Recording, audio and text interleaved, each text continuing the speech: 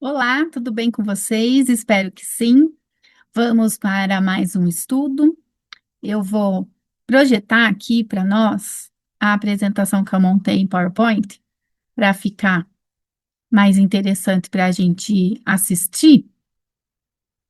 Deixa eu ver assim, ó, para vocês me verem e também conseguirem ver a apresentação junto. Aí nós vamos conversando aquilo que eu estudei. Então, para iniciarmos, vamos pedir a Deus, nosso Pai, ao Mestre Jesus, que ampare a todos nós, que ampare o lar de cada um de nós que estamos aqui assistindo, acompanhando esses estudos, que Jesus fortaleça a cada um, amparando nossas jornadas, amparando-nos com mais sabedoria, com mais paz, nos dando mais luz para seguirmos nesse caminho, rumo à nossa evolução espiritual. Agradecemos a presença dos amigos e todo o amparo que eles já têm nos dado. Que assim seja. Então, nós vamos continuar aqui falando sobre parábolas. Lembra que a gente está usando o livro Parábolas de Jesus à Luz da Doutrina Espírita. Não sei se vai conseguir ver, mas a gente vai continuar falando desse livro, da- dos capítulos dele. E aí, o Adriano Genovese escreve sobre o sentido dessas parábolas. Então, ele começa exatamente colocando aqui para nós. Qual o sentido original das parábolas de Jesus? Então, ele aborda da seguinte forma: ele fala que Jesus falava para pessoas comuns. Ele falava em situações concretas da vida dele mesmo, que muitas vezes eram imprevistas. Era necessário ele trazer esses ensinos em sua origem, entendendo a repercussão para as pessoas da época. Então, em certo modo, Jesus provocava mesmo em suas falas, e aí cada um conseguia entender da sua forma. E assim, o nosso autor fala que dessa forma ele ia construindo, ele continua construindo em nós 2000 anos depois, nesse sentido de entender a letra das parábolas ditas por Jesus numa visão mais ampla e profunda. Então, ele colocava que Jesus utilizava em seus ensinos elementos sociais, culturais e econômicos que faziam parte da vida diária daqueles que ouviam. Então, o mestre usava elementos que compunham o cenário à sua volta, exemplos do dia a dia, coisas de culturas daquela época, é, para que fizesse mais sentido para o povo naquele momento. Apesar de que a gente sabe que as parábolas eram com muitas alegorias e um linguajar diferente que pode ser que algumas pessoas não tenham entendido de fato, né? E aí, nós vamos aqui relembrar Jerusalém, lá do século I, para a gente resgatar esse sentido original das parábolas e aí compreender melhor seu conteúdo. Então, ele começa trazendo para nós a reflexão, usando o exemplo da parábola do filho pródigo, que está lá no Evangelho de Lucas, no versículo 12, dessa forma: O mais jovem disse ao pai: Pai, dá-me a parte da herança que me cabe. E o pai dividiu os bens entre eles. Então, vamos lá. Nessa fala de Jesus, na parábola, ele vai trazer uma tradição judaica. Qual que era na época? Os camponeses, eles viviam numa sociedade patriarcal, um estreito relacionamento com a terra. E nessa sobrevivência do povo, criavam-se regras e condutas, como a gente tem regras e condutas hoje, né, para se viver bem em sociedade. Só que naquela época, uma dessas regras, condutas, era uma que impedia a divisão dos bens da família enquanto o pai estivesse vivo. E muitas vezes, mesmo não tendo a morte do patriarca, a família optava pela não divisão dos bens para manter a unidade familiar. Então, não era comum ter uma divisão de herança de pai vivo. O que não acontece do filho pródigo, porque o pai dá a divisão, dá a parte que cabe, que o filho mais novo pede, né? Então, nesse texto do livro, a gente tem o seguinte escrito que eu quis colocar na íntegra para a gente compreender. Então, atentos à curiosa narrativa, os ouvintes do Cristo esperavam que, em cumprimento às normas sociais, o pai, na parábola, então o que esperavam? Que expulsasse o filho mais jovem de casa. deserdando-o, pois o seu pedido de divisão dos bens humilhava publicamente o patriarca, deixando claro para toda a aldeia que havia naquela família uma crise de relacionamento. E mais grave ainda, deixando implícito que ele desejava a morte do pai, a fim de que os bens pudessem ser divididos e vendidos. Então, imagine Jesus contando a parábola e quem estava ouvindo ele naquela época ele vai falar: não, já que o filho pediu a herança, agora o pai expulsa esse homem desse moço de casa, deserda, não vai dar nada, porque ele está querendo a morte do pai. É assim que a população, o povo que estava escutando Jesus, poderia estar pensando naquela época, segundo suas tradições. Não como a forma que Jesus prossegue na parábola, doando de fato. O pai doando de fato a parte que cabia ao filho mais novo e deixando ele seguir seu caminho. Então, nessa tradição judaica da época, havia duas formas da transmissão de posse de pai para filho: ou por testamento, ou por doação entre vivos. Lembrando que, apesar de doação entre vivos, eles ainda preferiam não fazer.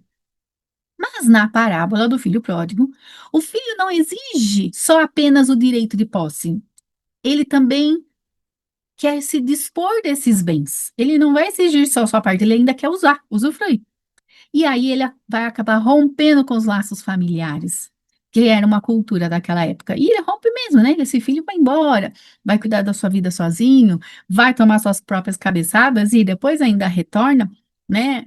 Humilde, mais humilde, vendo que tudo que tinha acontecido com ele, mesmo tendo feito o que fez com o próprio pai.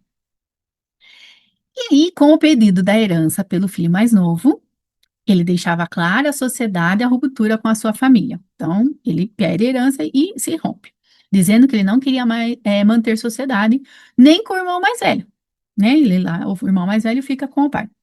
Só que o autor nos traz nesse estudo, nessa pesquisa dessa parábola, assim, que a gente acaba não percebendo nessa história a omissão do filho mais velho, porque ele deveria mediar os conflitos para não ir a público a situação da família. Mas o que ele faz? Ele só aguarda o desenrolar da situação a fim de herdar sua parte da propriedade e tornar-se o seu único dono.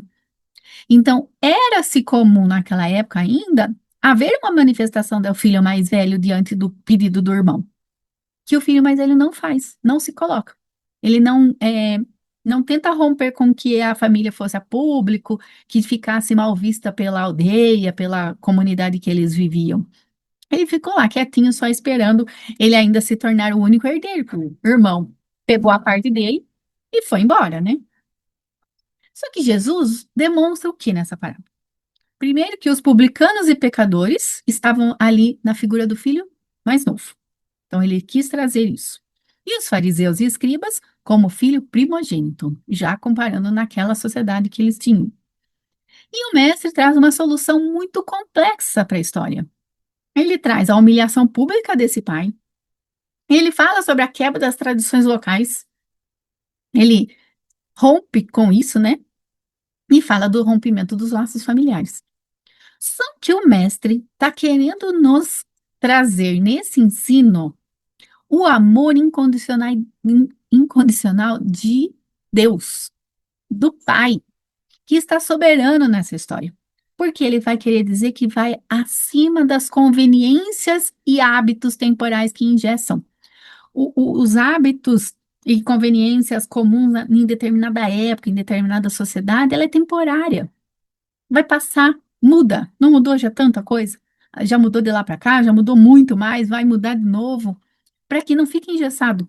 Porque o amor de Deus, ele é divino, ele é misericordioso, ele perdoa e vai para além de uma conveniência.